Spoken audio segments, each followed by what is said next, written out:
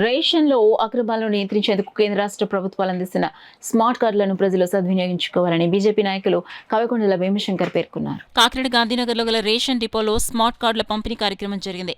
కార్యక్రమంలో భాగంగా కూటమి నాయకులు కవికొండల భీమశంకర్, జొన్నాడ వెంకటరమణ, వాసిరెడ్డి సత్యకుమార్లు పాల్గొని లబ్ధిదారులకు స్మార్ట్ రేషన్ కార్డులు పంపిణీ చేశారు. ఈ సందర్భంగా బీజేపీ నాయకుడు కవికొండల భీమశంకర్ మాట్లాడుతూ కేంద్ర రాష్ట్ర ప్రభుత్వాలు అందిస్తున్న స్మార్ట్ రేషన్ కార్డులను ప్రజలు సద్వినియోగించుకోవాలన్నారు. ఈ కార్యక్రమంలో కూటమి నాయకులు, రేషన్ డీలర్స్ పాల్గొన్నారు. ఎటువంటి బాధ లేకుండా వాళ్ళు కూడా రేషన్ అందుకోవాలి. ఇది ఇంతకుముందు ప్రభుత్వం అయితే కనుక రేషన్ బియ్యాన్ని బయటికి ఎక్కడికో పంపించేసుకుని ఎంతోమంది పేదలకు ఇబ్బంది కలిగేలాగా ఏదో ఒక సైరన్ వేసుకుంటూ ఒక ఆటోలో తీసుకురావడం, ఆ వెహికల్ వచ్చే టైంకి అందరూ అక్కడికి ఏదో పనులు ఎన్నున్నా కానీ మానుకుని రావాల్సి ఇబ్బంది వచ్చేది. ఈ స్మార్ట్ కార్డు వలన నెలలోపు ఎప్పుడైనా తీసుకోవచ్చు. ఇది నెలలోపు ఎప్పుడైనా తీసుకోవచ్చు.